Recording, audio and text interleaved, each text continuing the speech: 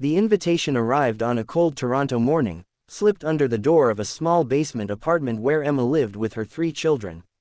The paper was thick, elegant, and cruel in its simplicity. Her ex-husband Daniel was getting married, and he wanted her there. Not because he missed her. Not because he cared, but because he wanted her to see what she had lost. As Emma read the words, her hands trembled, not from anger, but from memory. The years she had given him. The nights she had worked double shifts. The moment he walked out when life got hard. And now, he wanted her to stand among strangers and be reminded that she was the poor ex-wife he had escaped. After the divorce, Daniel had moved on fast. A better job, a bigger house, a new fiancé from a wealthy family. Emma stayed behind with their newborn triplets, no savings, no support, and a heart full of quiet determination. Life in Canada wasn't kind to single mothers with 3 babies, but Emma learned to survive. She took night shifts at a care home, studied online when the kids slept, and learned how to stretch every dollar. There were days she cried silently in the bathroom so the children wouldn't hear. There were nights she wondered if she would ever feel like herself again. But every morning, she got up. For them. When Emma told the triplets about the wedding, they watched her carefully with eyes far too wise for their age. They knew their father mostly from short visits and broken promises. "Do we have to go?" one of them asked softly. Emma smiled and said yes.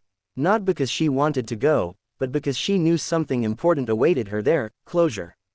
On the day of the wedding, Emma stood in front of a mirror, wearing a simple but elegant dress she had bought with her first big paycheck after finally landing a stable job.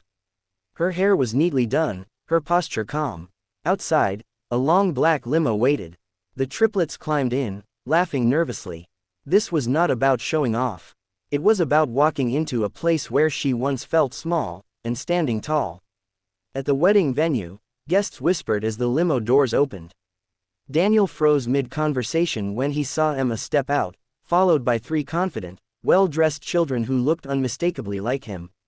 His smile faded. This wasn't the broken woman he expected.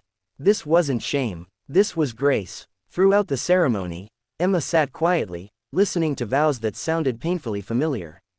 Promises she once believed. Promises that didn't survive hardship. Daniel kept glancing her way, unsettled. After the ceremony, he approached her, words stumbling out in apology-shaped sentences that meant nothing. Emma listened politely, then gently introduced him to the children, not as a weapon, but as a reminder of responsibility and truth. Before leaving, Emma spoke softly, not to embarrass him, but to free herself. She told him she forgave him, not because he deserved it, but because she was done carrying the weight of his choices. She told him that life had been hard, yes, but it had also made her strong. And that her children were the greatest success she could ever claim. As the limo drove away, the triplets leaned against her, smiling. Emma looked out at the Canadian skyline, feeling something she hadn't felt in years. Peace. She didn't need revenge. She didn't need validation. She had built a life from nothing, turned pain into purpose, and raised children who knew the value of resilience. And in that quiet moment, Emma realized the truth. She hadn't come to be shamed. She had come to show, without saying a word, that survival, dignity, and love are the greatest victories of all.